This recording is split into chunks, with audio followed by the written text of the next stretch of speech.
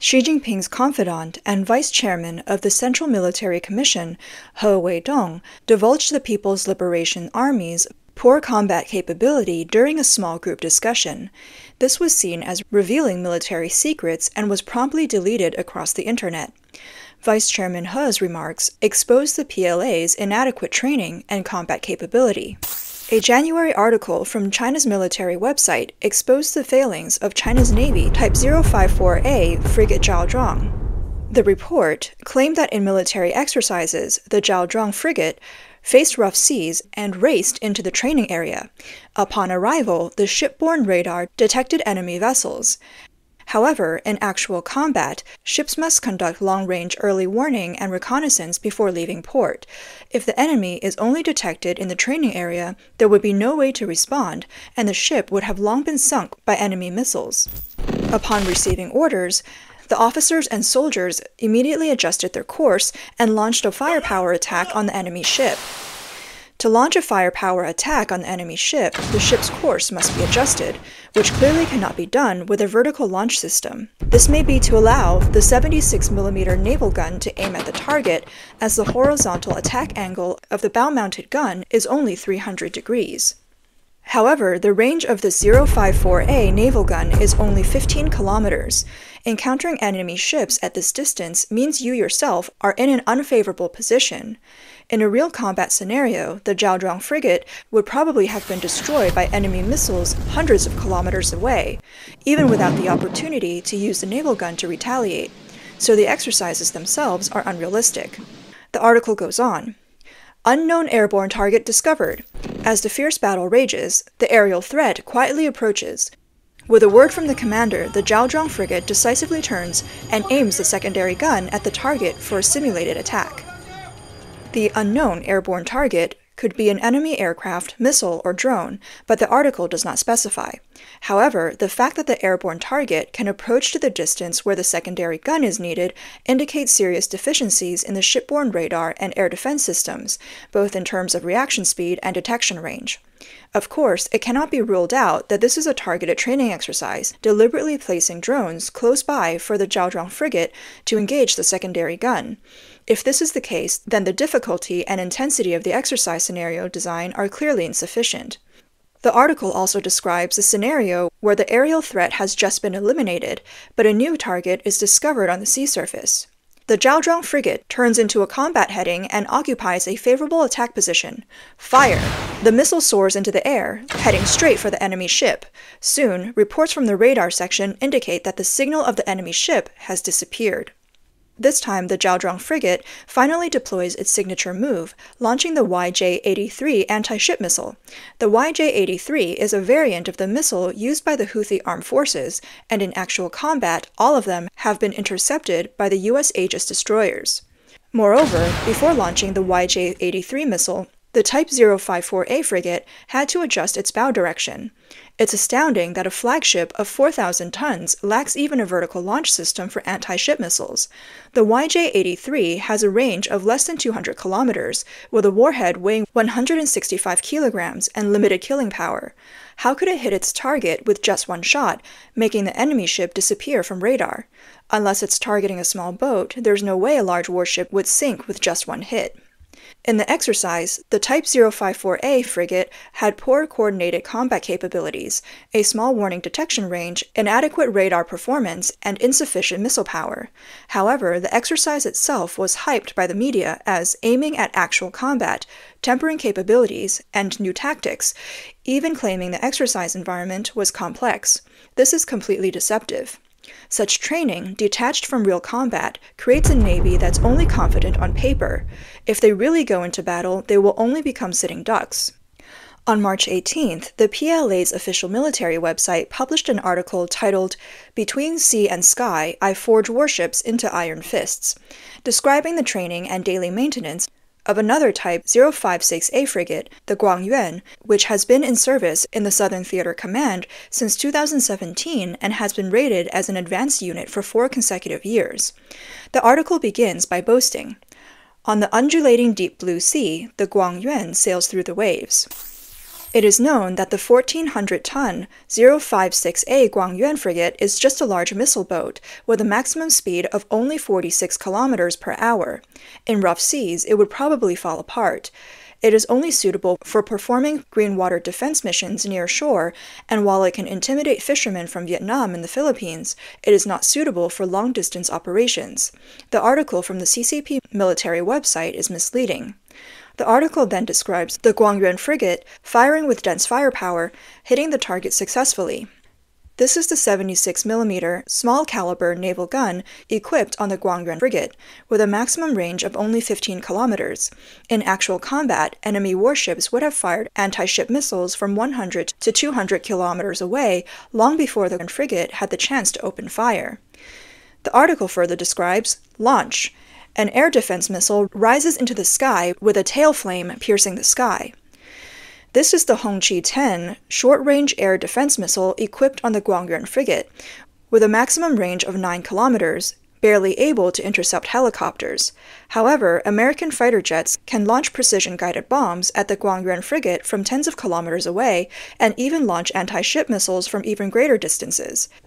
The officers and soldiers on the 056A may not even have reacted yet before they are all killed.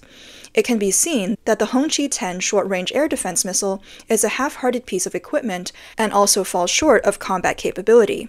According to reports, all 22 Type 056 frigates were retired in 2021, with all anti-ship and air defense missiles removed and replaced with water cannons for the Chinese Coast Guard. The remaining 50 Type 056A frigates each cost $100 million, a waste of Chinese taxpayers' money. Media under the control of the Chinese Communist Party lacks objectivity. Outlets prioritize adherence for the party's directives over impartial reporting, leading to a skewed presentation of facts and disregard for balanced journalism.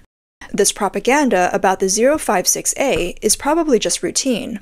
The military-industrial interest chain behind it is only understood by insiders. The CCP's warships are not only poor in combat capability, but also frequently encounter equipment problems. On the Guangyuan frigate, the main gun, while being transported, lost its positioning pin during transfer. There is a pile of repair requests on the desk of Gunnery Chief Liu Yang. The small frigate has a heap of problems. The article describes, Liu Yang discovered a damaged cable that needed replacement. He stayed up all night and waited until the new cable arrived the next morning, only to find out that the faulty component was the third core of a certain type of cable. Could it be that they are buying counterfeit goods? It's no wonder that the latest commissioned 055 and some 052D destroyers are not going to sea. It turns out that the new equipment is unreliable and occasionally fails. The article also mentions that Liu Yang took leave to take care of his son undergoing surgery, but still came to the ship whenever he had time. When the squad leader arrived, his comrades instantly felt relieved. Liu Yang, who constantly collects repair reports for the gunnery, has unexpectedly become an indispensable figure. Without him, the gunnery cannot even be moved. This undoubtedly exposes the training problems of the Chinese Navy. The article continues that after boarding the Guangyuan frigate, Pang Mingdeng stepped into a new field, the anti-aircraft missile. The information was very limited and only showed a few pages of drawings. It turns out that with the rapid increase in the number of Chinese naval vessels and the continuous expansion of naval personnel, there is a serious lack of professional officers and sergeants. The soldiers on the ships have to rely on their own trial and error, and yet the Chinese Navy still dares to promote people? The article also describes, these cables were originally unnumbered and no one knew what position they were connected to or what function they served. By trial and error, mastering knowledge bit by bit, Pang Mingdeng finally made a breakthrough. It turns out that the officers and soldiers on the ships don't even know how to connect cables, let alone number them. With such intelligence, how can they protect their homes and country? Yet Pang Mingdeng's blind groping is being touted in this article as an achievement. The report also mentioned that Pang Mingdeng's wife asked him to retire, but he hesitated a long time and decided to stay. Isn't this telling everyone that the Chinese Navy is short of talent? Someone who struggled to figure out how to connect cables is considered a rare talent. Once they leave, the ship might not be able to move. The article, originally intended to praise the so-called model, ended up exposing the Chinese Navy as a mess. The quality of the Communist Party's warships is so poor, but no one knows how to operate and maintain them. It all depends on the soldiers' own exploration. How can such a navy be bragged about? Chinese submarines are one of the few threats to the U.S. military, but they also underperform during exercises. The captain of a 093 nuclear-powered attack submarine at the Sanya base was heavily promoted by CCTV. Just as they were preparing to approach covertly, the blue side suddenly changed formation, released decoys, and carried out a series of anti-submarine operations. In the standoff, Ying-chun, relying on careful observation and rich experience, discovered the enemy and decisively made an order. The torpedo was successfully launched and hit the target accurately. The torpedo launched by the Chinese submarine is a third-rate imitation of the U.S. Mk-48 torpedo. In the late 1970s, Chinese fishermen caught an Mk-48 in the South China Sea, and China began to copy it, but it has not been successful. It wasn't until 2005 that the U-6 started service, allegedly based on the design of a Russian torpedo with a maximum range of 48 kilometers.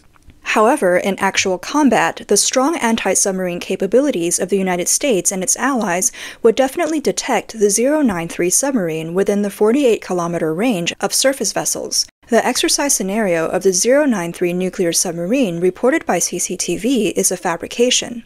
In order to avoid being detected by the U.S. military, the 093 submarine could have launched anti-ship missiles in a more distant area of the ocean.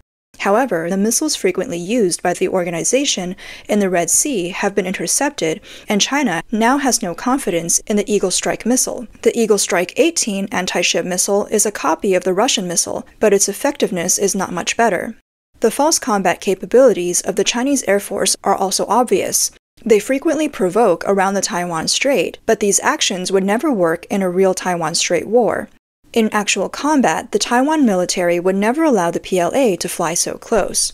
Taiwan has deployed as many as 6,000 air defense missiles, including 650 outstanding Patriot missiles of the second and third generations, as well as the domestically produced Skybo 3 missile with a range of over 200 kilometers and a speed of up to 7 times the speed of sound, as well as Skybo 2 and Skybo 1, the quantity and variety of which are sufficient. The CCP also hopes to destroy Taiwan's air defense system with missiles, which is also impossible. The Russian military launched more than 5,000 missiles and still did not break Ukraine's air defense. Moreover, the PLA's Dongfeng 11, 15, and 16 ballistic missiles used to attack Taiwan, totaling only 1,500 to 1,600 missiles, would never be able to overcome the advanced weapons such as the Patriot and Skybo, etc., that make up Taiwan's defense line. Furthermore, the U.S. military is likely to continue to provide Taiwan with air defense missiles and even directly operate on the island when necessary. The U.S.'s goal is clear: to ensure the safety of Taiwan's air defense system and to provide a solid air defense umbrella for the U.S. carrier fleet in the eastern waters of Taiwan. Moreover, Taiwan and the U.S. can work together to significantly reduce the threat of PLA missiles with advanced electronic warfare and preemptive strikes. Many PLA missiles are likely to either deviate from the target and fall into the deep mountains and seas of Taiwan or land on China's Fujian province due to malfunctions. The overall impact of the PLA missile strikes may not even exceed that of the Russian army. If the U.S. military destroys the PLA's shore-based air defense system, Taiwan's Mirage fighter jets will surely soar, and the PLA's airfields, ports, and assembly points will be turned to ruins in an instant under missile attack. The various fighter planes and air-to-air missiles that the Chinese Air Force has trained on daily would be useless. In a real war in the Taiwan Strait or in the East China Sea, the PLA will inevitably face the encirclement of the joint U.S., Japanese, Taiwanese Air Force. Advanced aircraft such as the F-22, F-35, and F-15 are likely to appear in large numbers in the airspace north of Taiwan, dealing a devastating blow to the PLA Air Force. U.S. and Japanese aircraft will mainly be responsible for air combat, while Taiwanese aircraft may carry anti-ship missiles to focus on attacking incoming PLA ships. U.S. bombers will also use long-range guided weapons to destroy the PLA's amphibious fleet attempting to land on Taiwan. In the airspace south of Taiwan and the Bashi Channel, Taiwanese military aircraft will work closely with the U.S. military to launch a devastating attack strike against the incoming South China Sea fleet of the PLA. Once the war breaks out intensively in the East China Sea, Yellow Sea, and even the South China Sea, the PLA will inevitably be overwhelmed. Faced with a powerful air defense firepower network constructed by the US, Japan, and Taiwan, as well as the complex strategic and tactical situation, the PLA cannot gain military superiority, and the hope of victory is very slim. The frequent military exercises by the PLA Air Force around the Taiwan Strait are just political shows and lack substantive military significance. A report by the U.S. Department of Defense, released in October 2023, specifically quotes internal evaluations of the PLA's combat capabilities. Firstly, the PLA is concerned that domestically produced equipment may fail or fail to function at critical moments. This reflects the headaches caused by the defects in quality control, reliability testing, maintenance, and other aspects of China's military industry. The report also suggests that the PLA lacks the ability to command modern warfare at all levels. Many officers are promoted based on personal relationships and money, not merit. Although military academies have started joint operations command training, the professors themselves have limited knowledge, forcing them to consult officers lacking in real combat experience at the front line. As a result, the commanders who are trained still do not understand joint operations. Furthermore, the PLA has long lacked real combat experience and is unwilling to simulate complex and ever-changing situations during peacetime training. In the event of a war, it may be difficult for them to cope with a rapidly changing situation. The report believes that despite the various slogans the PLA has shouted regarding modernization and combat capability, compared to world-class militaries, it lags far behind in both strength and readiness. The U.S. military report also quotes several slogans from the CCP that reveal the true capabilities of the PLA. The 5 incapables: unable to judge the situation, unable to understand the intentions of superiors, unable to make operational decisions, unable to deploy troops, unable to deal with emergencies. The 2 incompatibles: incompatible with the informatization conditions required to win a local war, incompatible with the requirements of fulfilling historic missions in the new stage. The 2 major gaps: the gap with the national security requirements, the gap with the level of the world's most advanced military capabilities. The 2 incompetents: unable to fight modern wars, incapable of commanding troops in modern warfare. The 3 questions: whether the military can maintain the party's absolute leadership position at any time, whether the military can win battles when needed, whether commanders at all levels have the ability to command troops in war. It is evident that although the PLA's equipment is becoming more advanced, its combat capability is far inferior to that of world-class militaries. The U.S. military's report exposes the false combat capability of the PLA.